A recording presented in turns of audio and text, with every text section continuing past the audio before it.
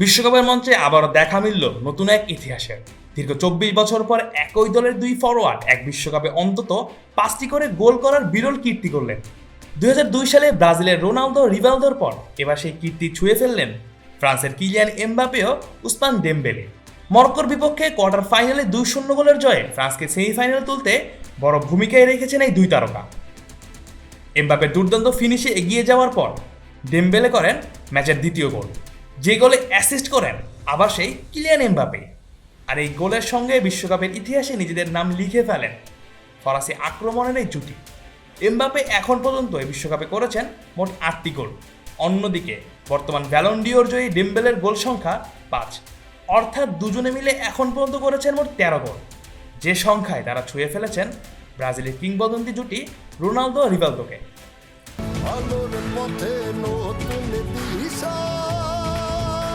আমাদের আলোর ভুবন প্রতিনিয়তই আলোকিত হচ্ছে ওয়ালটন এলইডি লাইটের আলোয়। ২০০২ সালের বিশ্বকাপে ব্রাজিলের পঞ্চম শিরোপা জয়ের পথে রোনালদো একাই করেছিলেন ৮টি গোল, জিতেছিলেন গোল্ডেন বুট। আর রিভালদোর অবদান ছিল ৫টি গোলে। দুই তারকার ১৩ গোলের ওপর ভরসা করেই সেবার বিশ্বকাপ জিতেছিল সেলেসাওরা। এছাড়া সৃজনশীলতায় রোনালদিনহো যে অবদান রেখেছিলেন, তেমনই কাজ করে যাচ্ছেন এবার ফ্রান্সের ওলিসে। এখন পর্যন্ত গোল না পেলেও সরাসরি ৫টি অ্যাসিস্টে নাম লিখিয়েছেন তিনি। অর্থাৎ ভয়ঙ্কর এক ট্রিও নিয়ে বিশ্বকাপ কাঁপাচ্ছে দিদিয়ের দেশমের ফ্রান্স। বলা যায় ২০০২-এর ব্রাজিলের মতোই এবার ফ্রান্সের স্বপ্ন ঠিক তেমনই বড়।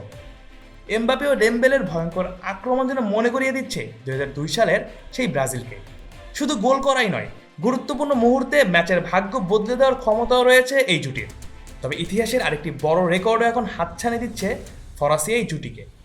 বিশ্বকাপের এক আসরে একই দলের দুই খেলোয়াড়ের সর্বোচ্চ সম্মিলিত গোলের রেকর্ড এখনও ১৯৫৮ সালের ফ্রান্সের জাস ফন্টেইন ও রেমন কোপার দখলে।